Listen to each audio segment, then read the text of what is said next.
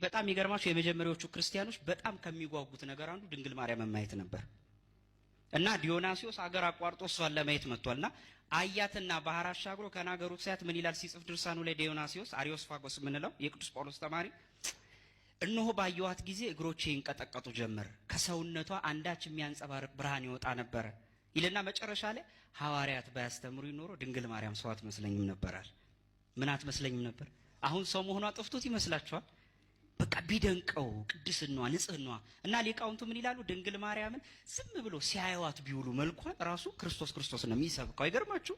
የዘንድሮ መናፍቅ ሳይገባው እመቤታችን የሌለችበትን ክርስቶስ ተቀበል ይላል። እኔ የምፈራው ብቻ ድንግል ማርያምን እንደው አያረግለትም እንጂ በዛ ዘመን ኖሮ መንገድ ላይ ቢያገኛት ራሱ ጌታን ተቀበል ይላታል። አይፈራም የዘንድሮ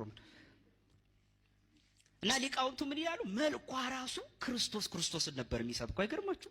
ራሱ መልኳ አይተዋት ራሱ ይማሩ ነበር። እኔ በተለይ እዚህ ለሃ ማርያም ላይ አንድ ጽሑፍ አለ ቢገርመኝ፣ ግብረ ሕማማቱ ላይ እመቤታችን ለታርብ ላይ እያለቀሰች ስትሄድ በጣም ቢገርማችሁ እኮ ነው። እዛ አካባቢ የነበሩ አይሁዳውያን ይናገራሉ። ግማሾቹ ምን አሉ ይላል? በከተማ አይተናት አናውቅም አሉ ይላል። እውነታቸው ነው። እነዚህ አይሁድ መንፈስ ቅዱስ ነው ያናገራቸው። እውነት ነው። እመቤታችን የከተማ ሴት አልነበረችም።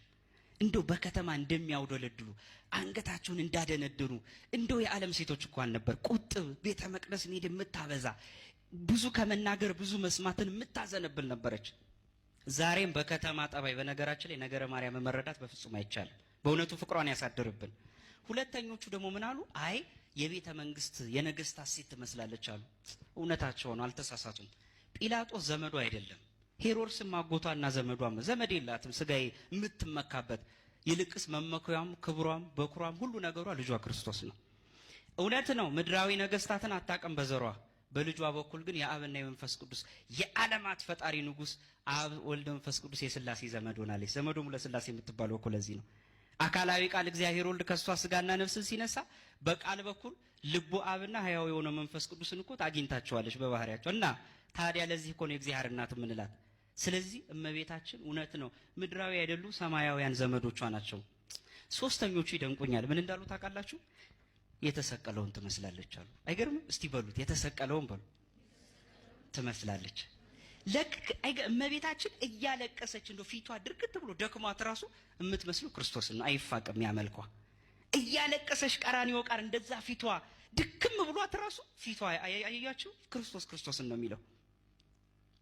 እና በዚህ ልደት ይላል ሩት ሃይማኖት ክርስቶስ እመቤታችንን መስሎ የተወለደበት መልኳ የሚመስለው ማንን ነበር? አሁን በዓለም ላይ በተለይ በማህበራዊ ድረገጽ ላይ አብዛኛው ወጣት ስለሆነ ታውቁታላችሁ። በዓለም ላይ በጣም በእኛም ፍርድ ቤት በጣም ከባዱ ውጥንቅጥ ምንድን ነው? ልጅ ይወለድና መልኩ ማንን ሳይመስል ሲቀር ነው ችግር የሚመጣው። እናትን ወይስ አባትን? ሲተረት ራሱ ምን ይባላል?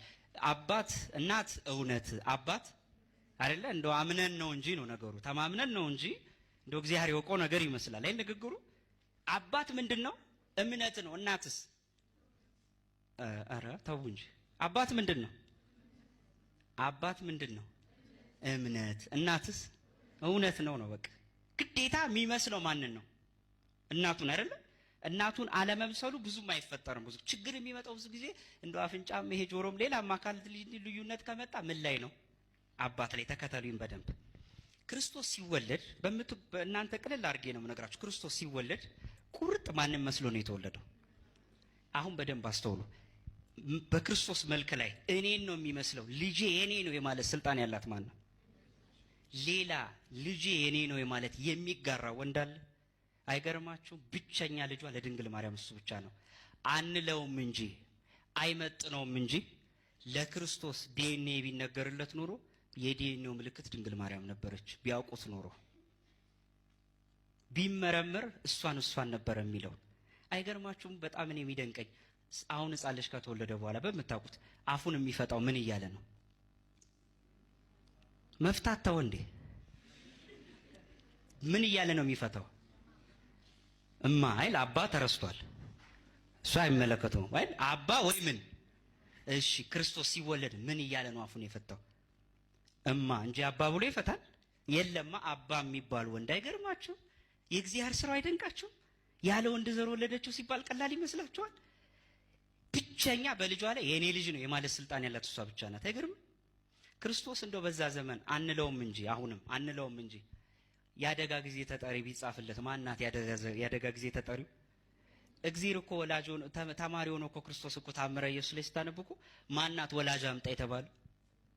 ታዲያ ወላጅ አምጣ ሲባል የቆመችን እመቤት አሁን ምን አርጊ ነው የሚሏት? እኔ ለመናፍቃኑ አንድ መልእክት ነው ያለኝ። በቤተሰብ መሃል አትግቡ ነው የምላቸው። በምን መሃል? እንደው ቤተሰብ እኮ በጠበጡ እናትና ልጅን አላስኖራሉ እኮ።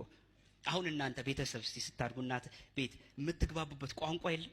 አሁን በልጅነታችሁ እንግዳ መጥቶ ፊት ለፊት እንደው ዝርፍት ብለህ ትቀመጣለህ። አይን ከተሰጠ ምልክት ነው እንግዲህ አይደል? የመብራት አይን በል ምን በል ነው ግባ ነው ነገሩ አይደል? አለ የምትግባቡበት ቋንቋ አይደል? ይሄን ምን ታውቁት እናንተ ብቻ ናችሁ ኮዳችሁ። ጌታ ከመቤታችን ጋር ሲሆን እነሱ ብቻ የሚግባቡበት ቋንቋ አላችሁ። እኛ አይመለከተንም። እኛ የሚመለከተን ለእሷ መንገድ ነው። እሷ ምን አለች እመቤታችን? የሚላችሁን ሁሉ እስቱ በሉት የሚላችሁን ሁሉ አድርጉ። እኔ ደግሞ ጥያቄ ላንሳ። ምን ብሏት ነው? መልሱልኝ። ሰምታችሁኛል አይደል? የሚላችሁን ሁሉ ይሄ ማለት ያላት ነገር አያችሁ። እዛ ቃና ዘገሊላ ላይ አሁን መናፍቅ አልገባው ልጄ ሆይ እነሆ ወይኑ አልቋል አይደል ያሉት። ከዛ ጌታ ምን አለ? ጊዜ ገና።